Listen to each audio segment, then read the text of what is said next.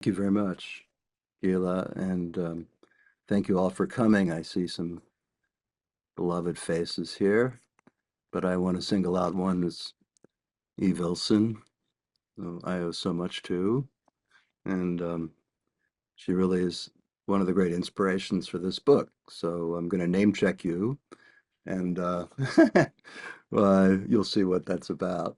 So let me start with uh, the title, Seeing into the Life of Things, Imagination and the Sacred Encounter.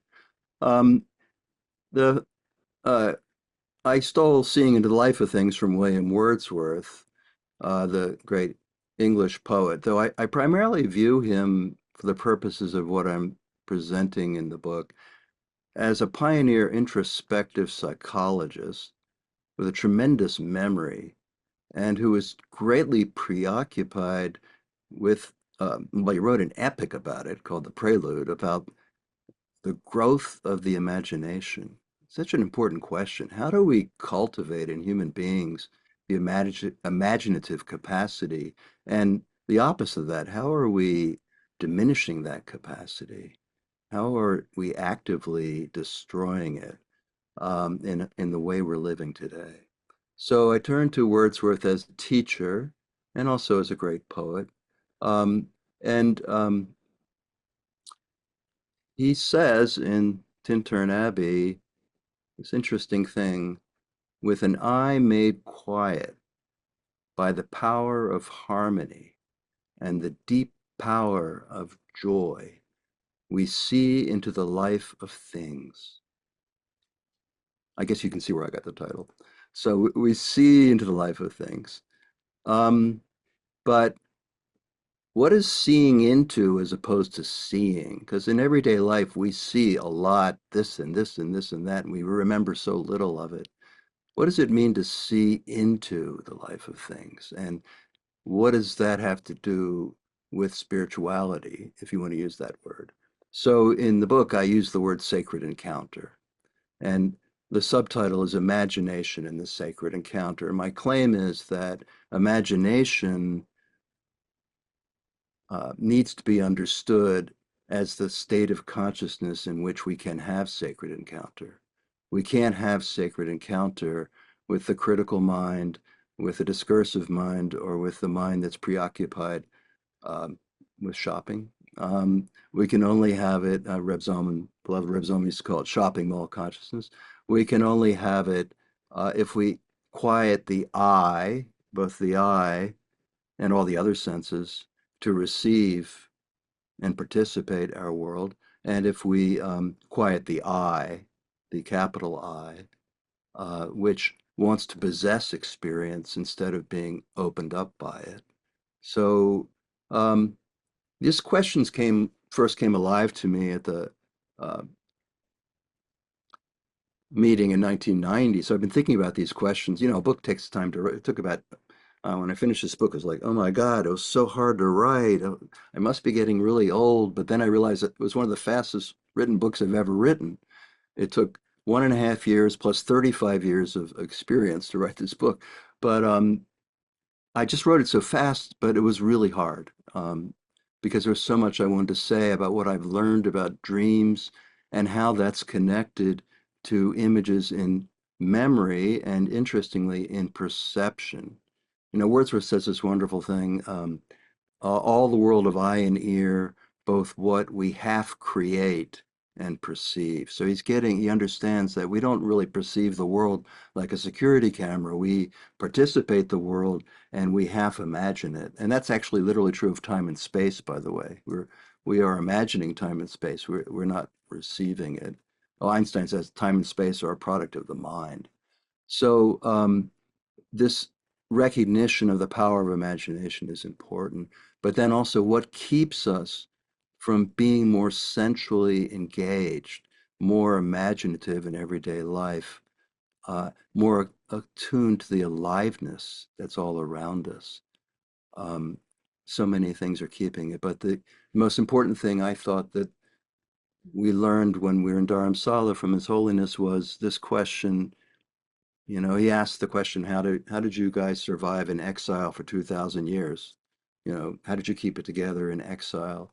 because we're in exile, the Tibetans, we hope to come back to our homeland. Uh, how'd you do it? So Reb Zalman gave answers, and Rabbi Jonathan Orman gave answers, and Yitz Greenberg, everybody gave great answers. But he had a second question that was conveyed through a student named Michael Saltman, a Jewish Buddhist student, and that who was a practitioner of uh, visualization. And the question was this: in Tibetan Buddhism, we have these practices for um, like Vajrayana or visualization, for instance, deity yoga, it's called, for purifying afflictive states of mind. Purifying afflictive states of mind. Um, what do you all have? Great question, right? Challenging question to any tradition, challenging to a religious person, to a philosopher, an atheist, a scientist. What are your methods for overcoming afflictive states of mind or purifying them? And I remember when I first heard the question, I thought, Kreplach? I don't know. I mean, I really didn't know what. In a way, that's not a bad answer because you can eat, maybe that will help you overcome afflictive states of mind. Jewish food has that kind of special power, I think. But seriously, what was the answer? I've tried to find answers for myself, um, and I asked the question.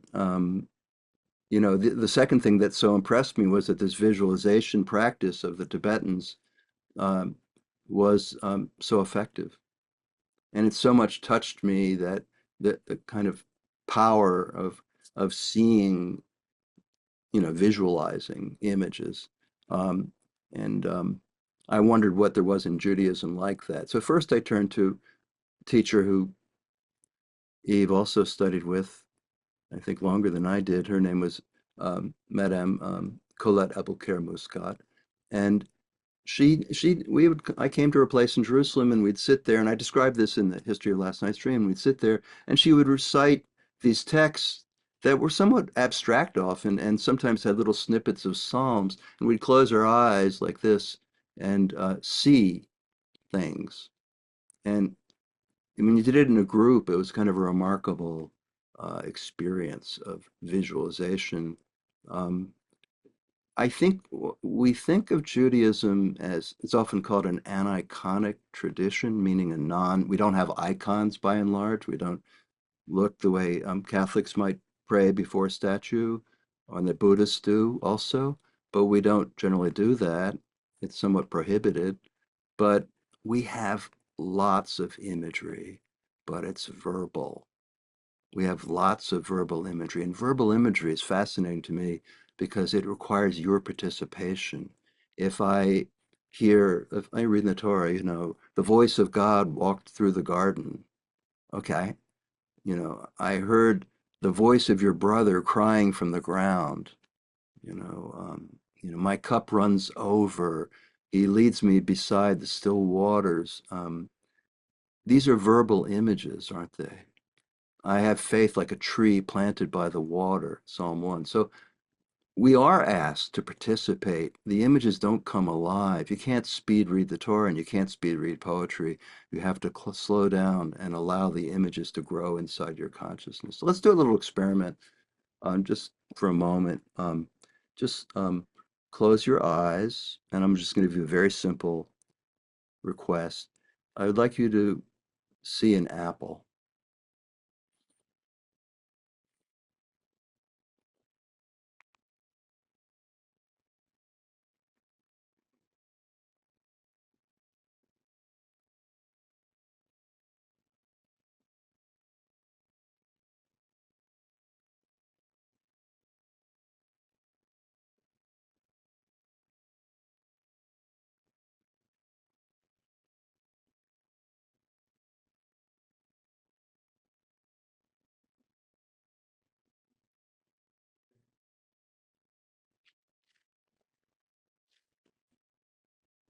Okay, why don't we could do it all day. Um, we can't do the voice now, right? Or can we? Can people talk or just enter into the chat or how do we do it? I know I already asked you, but um, will try and open up the chat. Here we go. Okay. Uh, everyone. Okay. So if I want to say, if you didn't see anything, how many people did not see anything? No, I didn't. I didn't. Everybody saw something? Wow. Okay. So most people have a range from what's called aphantasia to hyperphantasia. Some people just see very vividly and markedly, and other people can just get a glimpse, and other people can see nothing. But what I want to say is that when you dream, we all see things vividly. So we have the capacity to visualize, but maybe it's gotten a little disconnected in us. So could some folks just put in the chat what they saw? And while you're doing that, I'll tell you what I saw. Um, I saw an apple, but it was sliced in half, and it was a red rim of the apple, and there was a little stem, and I could see the black seeds and the white, and it was sort of glistening, and I just wanted to take a bite. It just looked so delicious. It was a perfect, beautiful apple. And I want to add that it made me feel good. It kind of slowed me down and made me feel good to see that image. Okay, I'm going to read. Let me look at I see some folks bravely. Oh, wow, there's a lot of them. Okay, all right. I'm just going to read a few. Um, Gabrielle Rabinowitz, wherever you are. Hello. Whoops, I lost you. Hold on. Where are you? Oh, there you are.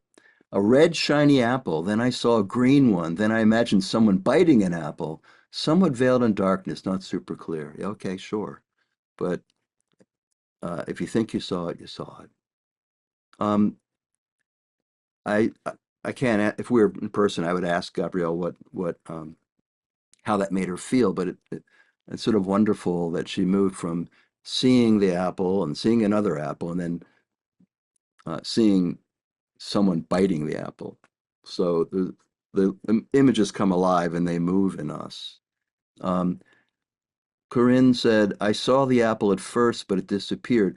I'm just going to infer, gee, that's kind of disappointing, maybe. Maybe there was a feeling of loss there. Like maybe seeing the apple and then seeing it disappear could feel like loss. I'm imposing that because like, we can't do the dialogue here. Um, let's see. Um, also, where's Sabine? Hi, Sabine. Bonsoir. um, Sabine is a great dear friend and translated one of my books of poetry. I miss her. I saw a green apple. She also saw a green apple. Where'd the thing go? Okay, hold on. But it kept disappearing and then I couldn't see it again. All right, I don't know where you are, Sabine, because I don't have all the faces here. But again, I wonder if there wasn't a feeling of loss there. So, um, sometimes when I do this, people say, I saw an apple I really don't like. And so they had a feeling of aversion with the apple. They were disappointed that they saw the wrong apple and so forth. So we see that as soon as we see an image, we immediately feel it, and we can also sometimes add judgments, negative opinions about what we saw. I don't see too much of that here. Maybe you're a happy group, but sometimes that's the case. So we all know how to visualize, but um, can we do it also in real time? I'll give you an example. Um, I was staying near my daughter. My older daughter lives in Brooklyn, and I went into the McGolrick Park, which is near where she lives, and I was looking at the hibiscus flowers there, which were this sort of pale lavender purple color, and I saw a bumblebee emerge from the flower, and it was coated with yellow pollen. It got real close up, and it was so beautiful. And then it was like the beauty of that moment, and then um, the feeling of emergence. Like, what does it mean to emerge? Like, how can we emerge in our lives? So we see that one image, one moment of encounter with an image can touch almost into the depth of the sacred, right? And that's part of what I'm trying to get at. So, um, in trying to answer the Dalai Lama's question, what I realized was You cannot see these things if you're in an afflictive state of mind. Remember, his question was, what is your method for purifying afflictive states of mind? And what I can notice is that you can see into the life of things, but only if you're already in feeling, in a feeling and an imaginative state of consciousness. You can't do it if you're in an afflictive state of mind or, reactivity, if you're in reactivity. So I'm going to read just for a moment a little piece, partly because Eve's here and she's name checked here, and I just feel like I want to honor her. But it's also the first chapter of the book after I talk about the Dalai Lama's question. It's called Count Your Blessings. It's early morning. I love dawn's optimism, a fresh start. This is a new day, is a metonymy we live by. A metonymy and not a metaphor, because it is also an actual instance. Each morning is a new one. I live in an old suburb or faubourg around the river bend from the French Quarter in New Orleans. I hear outside American crows shouting hoarsely back and forth across Burgundy Street from the tops of telephone poles, and the busy chirring of house sparrows from an abandoned weedy patch next to my house, rife with strangling bush-killer vines. I go out on the porch and see long-thorned stalks of a Lady Banks rose, fighting her way through those vines to the light. I don't know what a Lady Banks rose has to say for herself, but she says something to me in her struggle. I don't know what the house sparrows say to one another either, except, "We are alive, oh, happy day!" But for me, this morning, their sharp chip, chip, chip sings pure affirmation. I go back inside and sit down in the living room. I had dreams last night that troubled me, and later I will revisit them. But first I begin with a practice I learned years ago from Eve Ilson, my friend and a teacher of visualization. Her instructions were simple. Count your blessings. Then she closed her eyes. It was Shabbat afternoon in summer at a Jewish Renewal retreat in upstate New York. I looked up to her on a platform. We sat below on the grass. I closed my eyes. It's hard to visualize images or dream them up with eyes open. I called to mind an event for which I was grateful. That was easy enough. After I spent time with it, another memory emerged for which I was also grateful, and then another and another. Soon a half hour had passed. I understood each moment, a once, as a blessing, and I was lit up with joy. So these days, I count my blessings each morning. I begin by centering my breath, because if I'm worried or distracted or anxious, it's hard to feel the image. So I focused on the breath at the tip of my nostrils as it enters and leaves. If other thoughts or feelings arise, I return to the breath gently as Buddhist teachers have taught me. I let a memory arrive. I work with memories of the previous day. So a main difference between dreams and poetry is that seeing dream images is involuntary and effortless, while seeing images in words, reading with imagination, requires intention and participation. You can't speed read poetry, and the same's true of memory. I must concentrate to bring images to life. The life that comes to mind this morning is a little boy, Boaz by name, my grandson, age 2. I see a beautiful red-cheeked cherub, a toddler. Boaz is chunky, his mother, my daughter Kezia, says, sturdy and full of heart. I am remembering yesterday when he visited. Now in contemplation, he appears again as when he toddled through the front door. Seeing me, he lifted his arms in open embrace with a big smile and so much love. I cherish this image. I soak in the memory, his enthusiasm, his wide smile, his bright eyes, his lifted arms make one image, and it carries a strong feeling of love. So this practice that Eve taught takes a little time in the morning. And I'll explain why I do it in the morning. I already explained a little bit, because we tend to be a little more optimistic in the morning, a little more open to new experience. And perhaps also we've had a dream um, from the night before. Um, so um, in the book, I talk about a lot of these moments of encounter with people, like my grandson, and with flowers, birds, trees, landscapes, and how I can feel into them. The word feel into is interesting because the German, there were these German introspective psychologists, the ones that came after Wordsworth, and they were fascinated by this process of how we can feel into a work of art when we really gaze at a painting or we're looking at a dance and we can feel it in our muscles even though we're not moving. Um, and they created a word, Einfühlung, which means in feeling or feeling into. Well, here's the interesting thing. When they went to be translated into English, this introspective psychologist from America translated in feeling. You know what he translated it as? Empathy. 1908. That's where the word empathy came from. It came from the capacity to see the beauty in each person. It's an aesthetic quality to see the goodness and beauty in each person.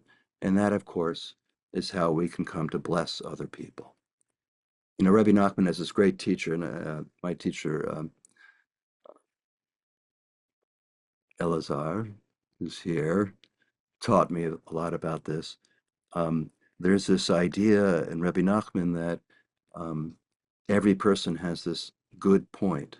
No person is without a good point. And instead of judging other people, we can find that one good point and lift them up for the sake of that good point. And we can lift them up and find the goodness in them. And I feel like blessing people, that's what we need to do in a way. It's so important, like when you bless your children on Shabbat or just walking down the street, say, you know, gosh, you look great today. I mean, or it doesn't have to be with all the language, but the capacity to bless someone is to see what's good in them that they themselves may not see and lift it up and then reflect it and say it to them. And to me, that's a great practice for developing empathy. Um, so um, the capacity to see into the life of things that Wordsworth was talking about in the really late 18th century and then early 19th century um, is fascinating to me because it parallels a movement in Hasidism that was happening, you know, maybe, what is it, 1,500 miles to the east in Ukraine, right? The early Hasidim. Um, and these prayerful Jews really emphasized enthusiasm over intellectuality and were led by the Rebbes, of course. Now, for these Hasidim, the creation described in Genesis is not a historical event. It's not something that happened in the past. It's continuously ongoing. They believe that the whole universe would instantly disappear if God's will did not sustain it. They taught God is a living presence, an aliveness found in every, this is quoting them, found in every human being, animal, river, rock, and tree. Among the early masters was Menachem Nahum of Chernobyl. He lived between 1730 and 1787. So he kind of overlaps with Wordsworth. Kind of fascinating to think of these two guys. Suppose they had actually met sometime.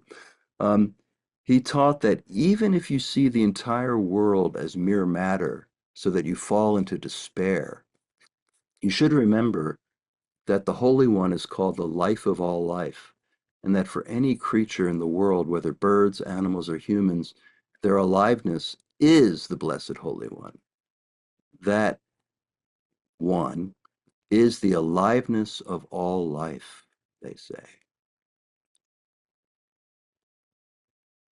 So the remedy for losing all hope is to think, am I not alive? And who is this aliveness, if not the Blessed Holy One? These pious Jews wanted to feel God's presence in everyday life, and so, like Wordsworth, they turned to nature.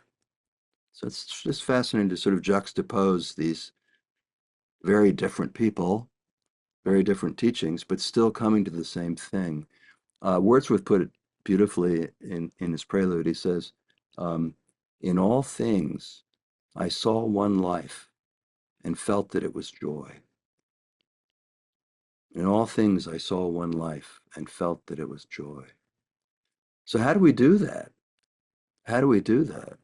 Well, we can't do it in an afflictive state of mind. We can't do it if we're, like I saw in a restaurant, you know, there's this couple having a beautiful meal and each one is staring at their telephone. Oh, they got an important text or they wanted to look up something or whatever. One of them would occasionally look down and saw that the other one was looking at the phone, so she put her phone back up and started looking at it. So this is how we're living today. We're not in contact, and we're certainly not seeing into the life of things. We're constantly looking at screens.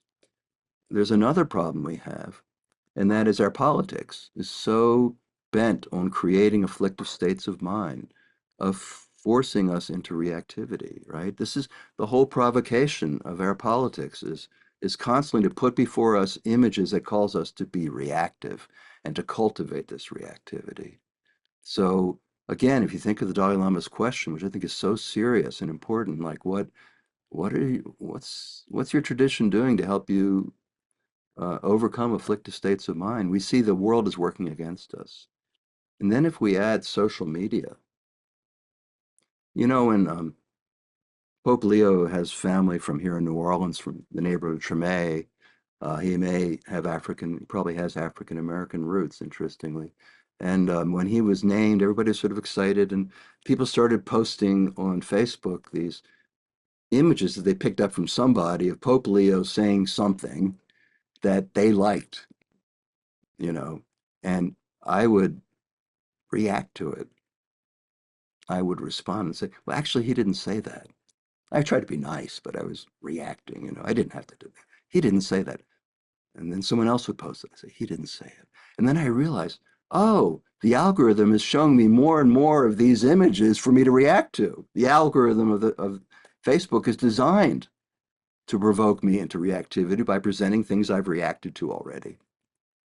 So we're living in a political mechanism of reactivity that's constant and constantly provoking us away from feeling and into reactivity. So we see what a problem we have. So what is the answer? Well, one answer is what um, Eve gave me, which is to count your blessings. And I do it every morning. And here's the deal. And Marion's here, she does it too. And we have formed a text group. And if some of you are interested, just write me at my last name at Gmail and I'll help you form a text group. But what we do is we get up in the morning, we count our blessings. And you know what the first effect of that is? By starting my morning doing that, it cues me to remember to look for more blessings in my day. Like I realize I'm being a neurotic, I have to have three blessings, so I'm going to go look for some. And by doing that, oh, I see Julie's here too. She also does it. So when we do this practice over time, we cultivate an eye and an ear for blessing, for finding these moments of encounter that we can cherish. And, I don't know, like the other day, I was with Boaz again and put some toast in the toaster and he was watching it. So I started watching it, and all of a sudden it popped up, and this joy he felt like he was seeing it for the first time, and I felt it. So he's a great teacher for me of what um, Joshua Hessel called radical amazement, this possibility of being in awe in our everyday life. So we can learn from kids because they live more in that than we do, and they live in more sensuality than we tend to. We're too much, up here. So I'm going to give a sense of what I do here. So I count my blessings. That's the first thing. And then because I work with dreams, one of our practice with dreams is to um, do the same thing with the images and dreams that I'm doing with the images in waking life and in the images in memory. That is, in our work, natural dream work, we don't interpret dreams. We bring them to life. So what I mean by that is that when you see um, a lion in your dream, you don't look up, oh, what does a lion symbolize? You don't interpret it. That's not, it's not a symbol of a lion. It is a lion. You see what I'm saying? It's an experience. A dream is an experience of images. And um, if we valued the imagination, we'd understand that it's just as valuable an experience in imagination as in waking life. So um, I'll move to a dream image. Maybe I did see a lion, or maybe I saw a woman in pain who was crying out, and I came to her and I felt her pain in the dream. And so I feel the sadness like I felt it in the dream. And you say, well, who wants to feel sadness? Well, I do, because our feelings, we need all of them, not our reactions. We need our terror, we need our love and pain, we need our disgust, and we need these fundamental feelings. Um, I often say that, so what's the opposite? What's reaction? Well, for instance, anxiety is a reaction to our fundamental terror. So in anxiety, I add an element of the future. Like, I'll give an example. I know I'm digressing slightly, but I'll get back to it. But I'll give an example. Um, I had a dreamer, and she said, I was waiting for my bus, and I was afraid it wouldn't come, and I would miss my exam. I was afraid it wouldn't come, and I'd miss my exam. And then another client, I was hiking with some people, and far off we saw some lions, and we huddled together, and a lion came right up to me and breathed on my face. I was afraid. They both use the word afraid, but with the dreams help us understand the distinction. The first dreamer is not afraid, she's anxious, and she's adding a story about the future. So true feelings are like the lion breathing on you. They're immediate, they're sensual, they're full body, and they're felt deeply. So if we can learn this distinction between um, feeling and reactivity, again, the Dalai Lama is talking about, we can move from our reactivity and find the feeling that's underneath. You know, why am I yelling at this guy? Why am I blaming him? Because I felt pain. Can I go back to the pain and just feel the pain? I say in our work, take the hit. Why do I have to blame people, make up a story about how bad people are when I can just experience the pain as my own pain? Um, I actually, I learned this from my dreams. I also learned it from the Baal Shem Tov, the great Hasidic master, right? He says something really beautiful. Um, one time it was Shabbat, and he saw a guy fixing a wagon, a guy in his community fixing a wagon. Now he could have reacted. He was essentially the rabbi. He could have yelled at the guy, chastised the guy, punished the guy. He didn't do that. He said, "Why am I being shown this? Why am I being shown this?" Because he believed that everything that happened came from God. So why am I being shown this? And then he thought about it and he said, have I in some way also broken one of the laws of Shabbat? He thought and thought, and no, he couldn't come up with an answer. And then he thought, oh, wait a minute. Some of my students were talking derisively about a certain teacher, and I didn't say anything. And it says somewhere, I guess in Talmud, that to disrespect a teacher is like breaking the Shabbat. Ah, now I know. So he apologized to the guy. Well, you see, what's interesting to me is that naturally, it's interesting when we have a dream. That's why people say it's a symbol. We naturally think that everything that happens in a dream has meaning, but we never think that in life. Suppose we looked at our life the way we look at a dream and said that every encounter I have, everything I see and that's brought to my attention is meant for me to see, and then to ask, not to interpret right away, but to feel it more deeply until maybe over time, yes, the meaning, the interpretation arises. And this is what we try to do with the work with dreams. We don't interpret them right away or even at all.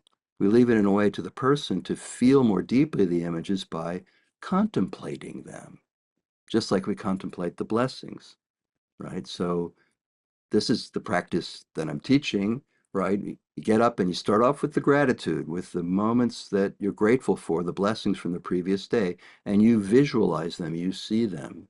I say three. Now in Torah, I think it says, I don't know where Torah, Talmud says we're supposed to have 100 blessings a day. I just ask for three, okay? But three is a lot for a lot of people because we're not focused there. And then I move to the image in the dream, having felt gratitude, even if the image is a hard image, there's pain in the image, disappointment or loss in the image. Having kind of cultivated the blessing, I can start to find the blessing even in the difficult feelings. You know, a teacher once said to me, the problem we have is we have feelings we don't want to feel. Feelings, but not reactions. Pain is a feeling. We don't want to feel it. Fear, most of us don't want to feel it. We do everything we can to avoid being in a fearful situation. But if we don't feel our feelings, they can't move. If I can feel fear and terror, I can feel awe and wonder and reverence, right? If I want to be able to feel love, I have to learn to feel pain, right? Feelings can transform. Reactions are fixed. They have a story attached to them. I hope that makes sense. You know, I'm giving it a standing on one foot piece, but there it is. Okay, so let's say I've done all this. I've counted my blessings. I've moved to the dream image and felt that. Then what? Well, I add the traditional morning blessing. Modani lifanecha, or modani lifanecha, melechai v'kayam, shechzarta bi nishmati b'chemla, rabba emunetecha. I thank you, eternal and enduring Spirit. I'm going to give it a Jewish Renewal translation. You have restored my soul to me out of kindness. Great is your faith in me. It seems to me that this, when you're feeling gratitude by cultivating blessing, it seems natural to thank, to express the gratitude. You know, was the teacher, Meister Eckhart said, if the only prayer you ever say is thanks, that's enough. Thanks is a great prayer. Um, so this is where this prayer fits in for me because um,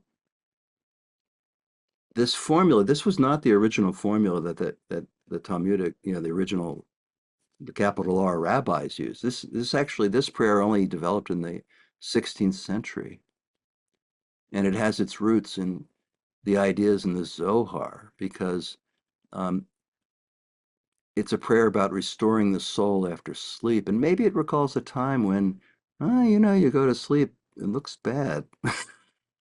Body's still. I mean, are we going to come back from that?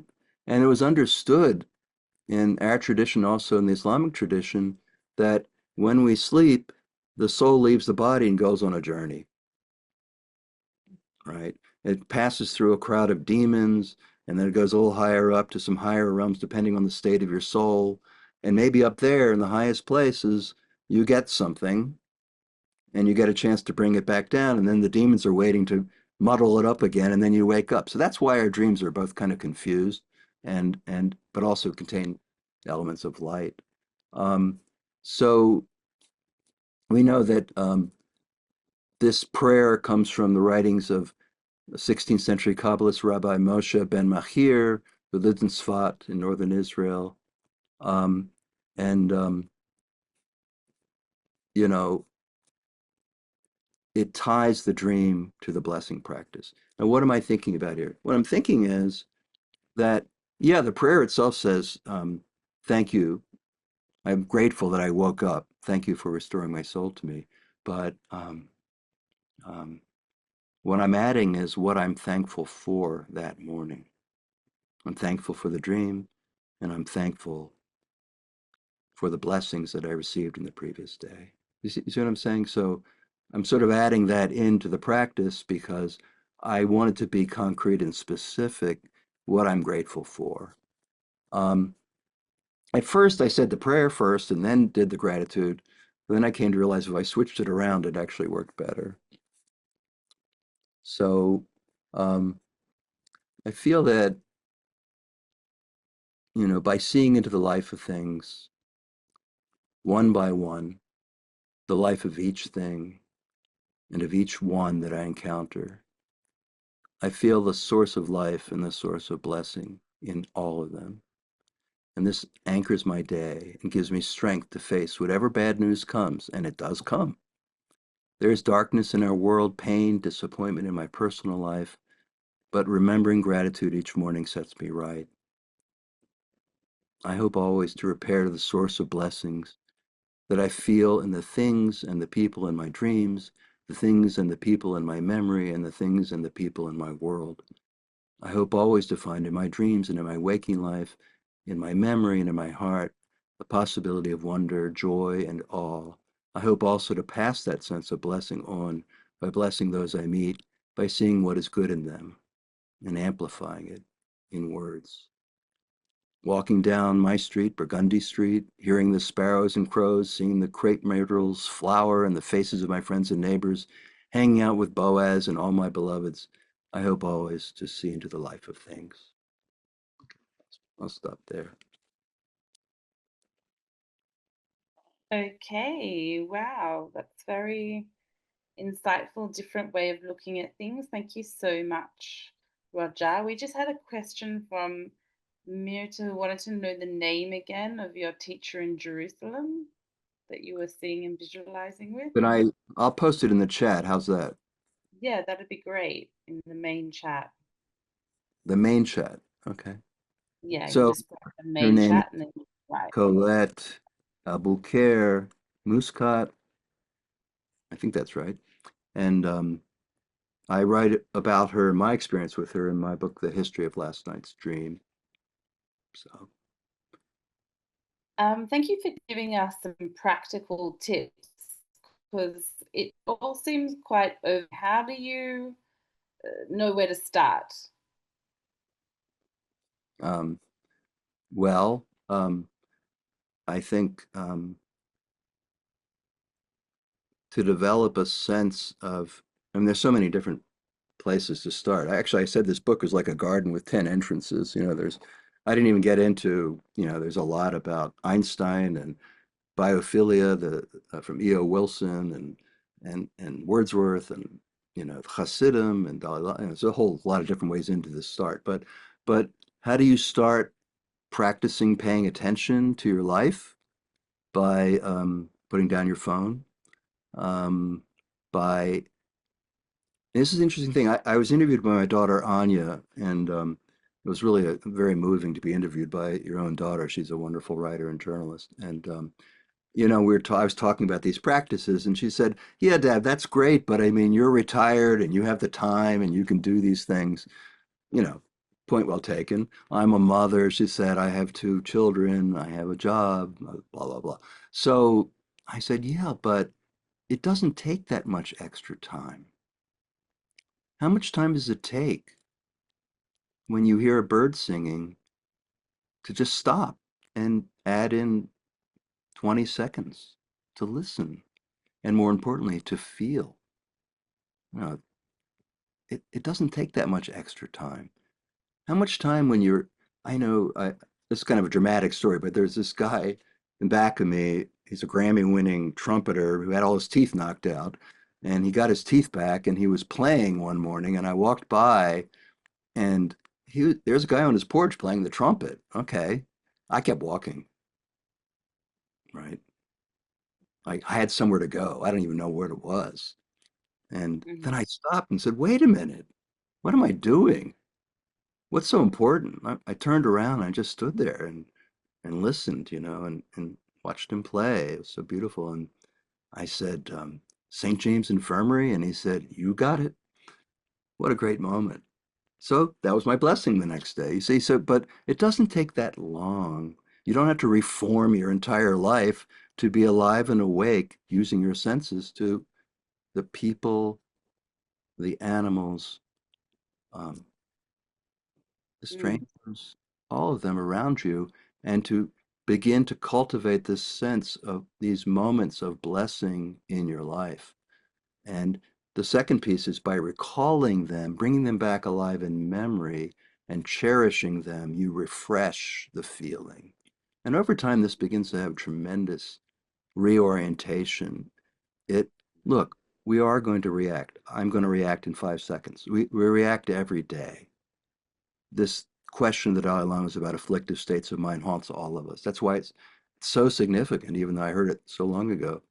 But this is kind of like the counter move. This is gives us resilience and something to cherish and something to hold on to, even if we have to go back out into the world and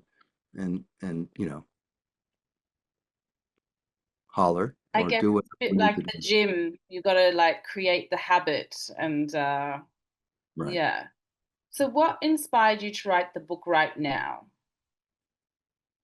Wow, good question.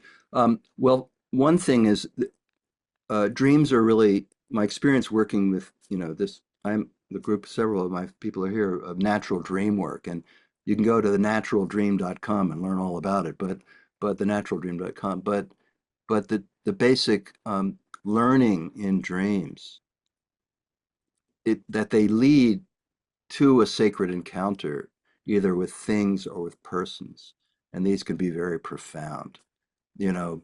Um, so dreams help us distinguish feeling from reaction, like in the example I gave of the lion and the exam. They clarify the difference in case we don't understand that.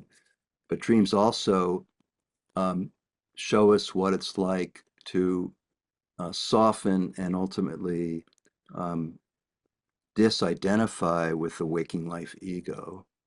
Because the waking life ego is all caught up in story making. So dreams, in a dream, you'll have two kinds of things going on, and most people don't distinguish them. One is imagination, which is the event in the dream, the lion. I didn't create the lion, it appears. The other is whatever goes on in my head. Oh, there must have been an escape at the zoo. You see, I make up a story right away because the rational mind can't stand the mystery and immediately has to explain it, interpret it. Explain, by the way, means to flatten out. Hmm. That's the origin. And interpret means to come between, interpret, price, to broker the dream and break it down, to come between the dreamer and the dream and give it a value that they can handle. This is why people have these amazing dreams and someone says, oh, well, that's an anxiety dream, dime store Freud stuff.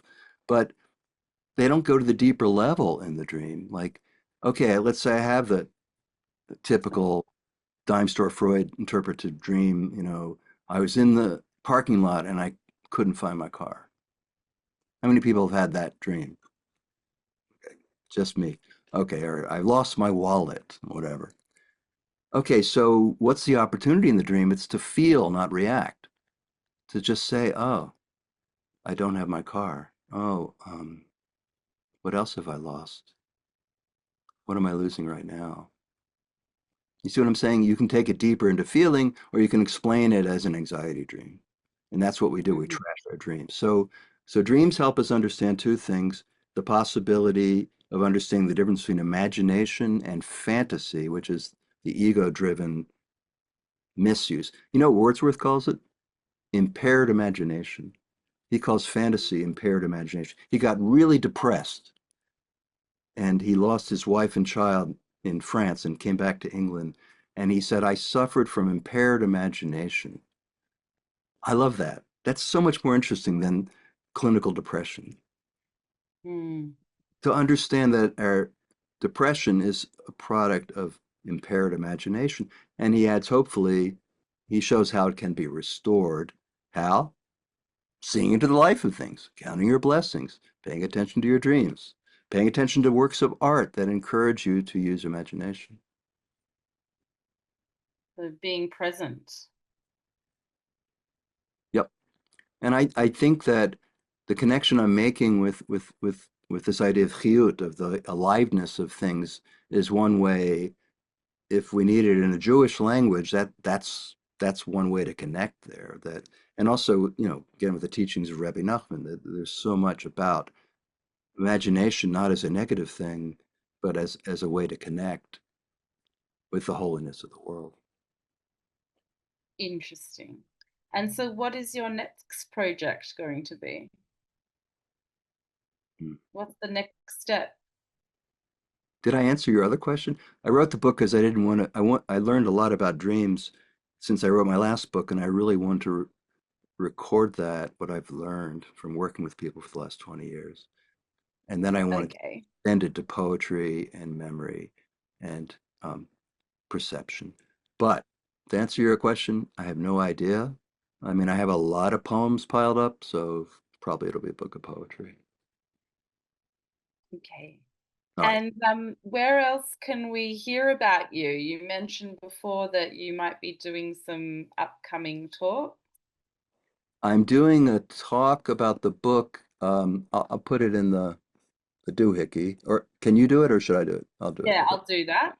Okay, thanks. So I'm doing a book talk on December 3rd. It's a little late for you folks in Israel, but it's at 8 p.m., so I guess that's early in the morning.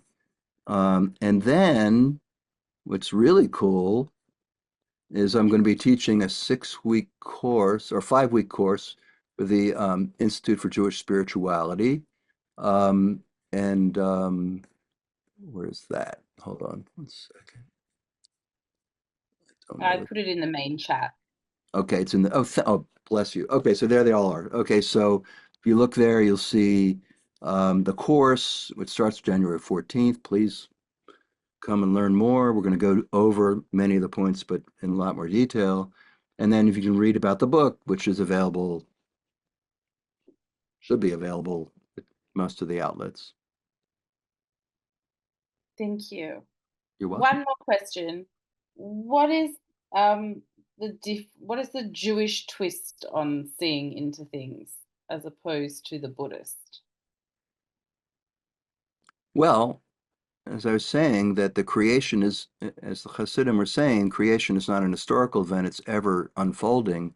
And our witness to that aliveness is a way for us to understand um, God, not as some abstract force, but as present for us in every moment, right? And to feel that sense of presence in, a bumblebee struggling out of an hibiscus flower, whatever you encounter, or it could be the pain of a person that you actually feel that we're feeling, we're making a connection um, that to me affirms this ongoing creation. And by the way, imagination is that in us. Hmm. That's also a manifestation of the same ongoing creation. The amazing fact of the dream that every night we have 5 or 6 new dreams. Wow. There must be this ongoing process of creativity in every human being. I wonder where that came from.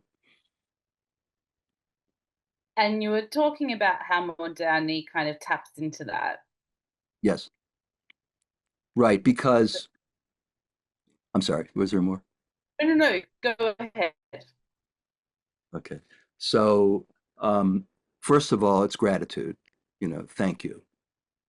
Thank you for restoring my soul. And thank you for your faith in me. That's a very interesting question. Rabba Amunatecha. Great is your faith in me. Not great is my faith in you, but great is your faith in me. To me, that means because you are part of this ongoing creation, part of this ongoing creativity. So you're not separate from it. I, um, a lot of people, David was asking, yeah, sorry, why translated as great is your faith in me versus great is your faithfulness? Rabba Amunatecha. Yeah. I like it better translated my way. Fair enough. Okay, that's how I feel it. Fair enough. Right. So, Well, oh, do we have one last question? Let me just have a look. okay. Um, okay. Is it that everything has a meaning or that we can make meaning from everything? Yes. Yeah, that's right. Both. Obviously, Is it eisegesis or exegesis? Am I reading in or am I reading out? Who knows? I don't know. All I know is it requires my participation for the meaning to emerge. And if I don't participate, if I adopt the Just let it dominating pass you world, by. if I'm adopt the dominating worldview right now that I am an I and the world out there is for me to control, possess, manipulate, or whatever, that's the egoic point of view, then I'll never have this experience. It's only when I have an I made quiet that I can begin, and also a capital I made quiet, that I can begin to participate in this blessing, right? I can't do it if I'm in charge. I'm not in charge.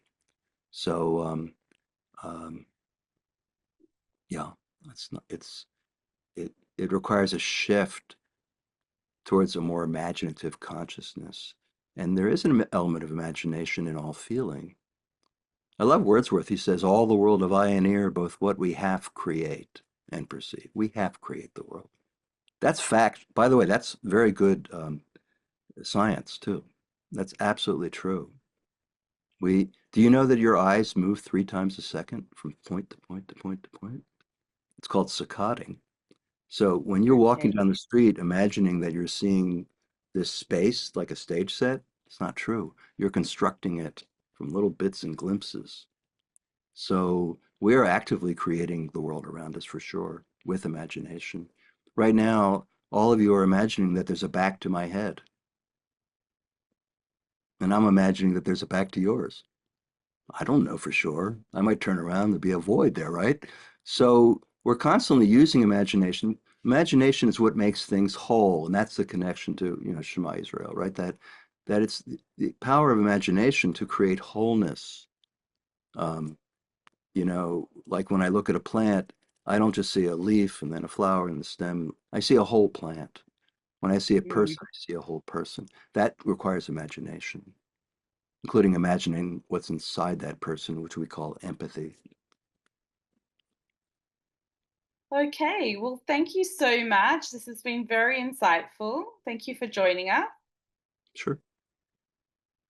Thanks for And thank you to everybody who came along and listened. And now we have to all read your book, which I'm excited to. I pre ordered it on Amazon, and hopefully, we will all start to notice the little things and develop that um, uh, sort of level of consciousness. Thank you for bringing that awareness to us. And we look forward to more of your writing and all of your poems to be published so that we can have you back here on CSP.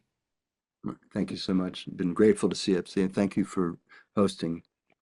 Appreciate it.